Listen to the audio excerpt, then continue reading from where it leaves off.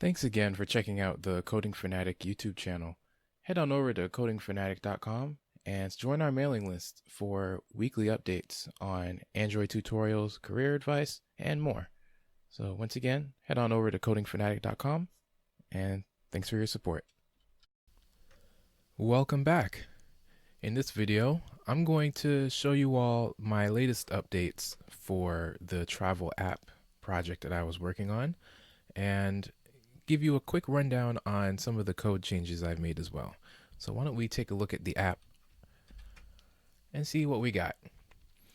So as before, we have the two activity, which are the view list and search list options. If you click on view list, these are the latest changes I've made.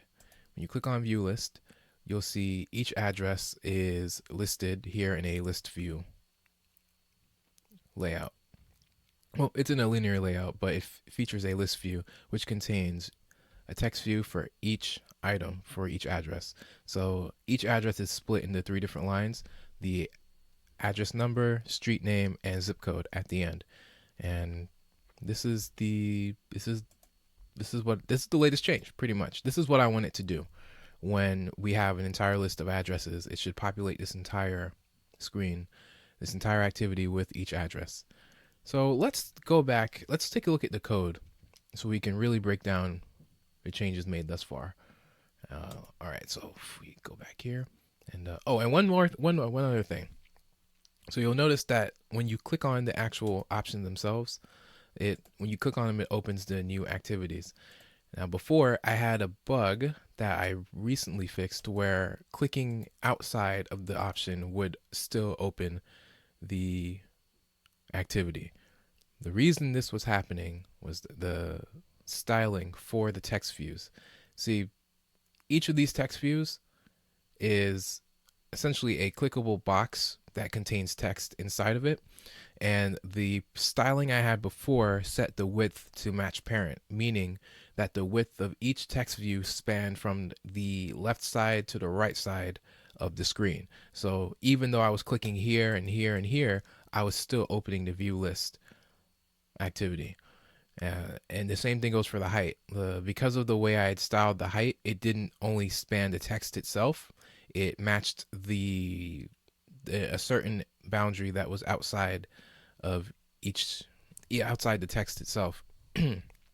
By going in and changing the height and width to only wrap the content itself, meaning the text that's inside the text view, changing that allowed me to ensure that when I click, the only way to open the new activity would be to click the text itself. All right, so that being said, let's take a look at our code. So here we are in list_listview.xml. So first thing I did was I created a new layout file called list_listview. And what this does is it styles every text view that is displayed here in the list. So what I did, I just used some basic options here. I made everything bold, set the text size, color, and to match the theme of the application. So I made the text color yellow and added some padding and set the height and width of each to fill parent. And this is how I configured the styling for each text view. So this is a text view, this is a text view, this is another text view right here. Okay, so that was the first thing I did. Second, I created another layout file which would be used for the list view itself. So it's a linear layout that contains a list view. Nothing too special, nothing fancy, but this list view is what you're seeing displayed here. So ignoring the text, barring the text, this is all one giant list view. And it's meant to display a list of views. Now, each view that's displayed in that list is a text view, which, again, was styled here in the ListView XML file. All right, so next, here in the class file in the class for list addresses, I created a string array. And this array called addresses contains a string and each entry or each element of this array contains a string for the address. So we have 123 Main Street, Louisville, Ohio 4307, which matches this address. Same thing for 432 Main Long Road Street, and so on. And what I did was I inserted new line operators or new line characters after the street number and after the street name. The reason I did this is I wanted to separate the address to display the number, street name, and then zip code at the end. So each of these has that operator in there. So this was just to style each address. And the next thing I did, I created two objects. One was a ListView object called ListView, the other being an array adapter called adapter. Now I instantiated this ListView using the ListView referenced here in list.xml. So here you see the ID is address_list, and it's the corresponding ID that I used here in list addresses. Pretty much a ListView object that references the ListView that I styled here in this layout file. And this is what I'm using to, again, display all of the addresses here. And the adapter, I created a new array adapter which takes strings, and the styling of each string uses the list_list view. So if we go back to that, you see all that I set up the text view styling here. What this does is create an adapter, which, let me zoom out one more time so you can read the entire line.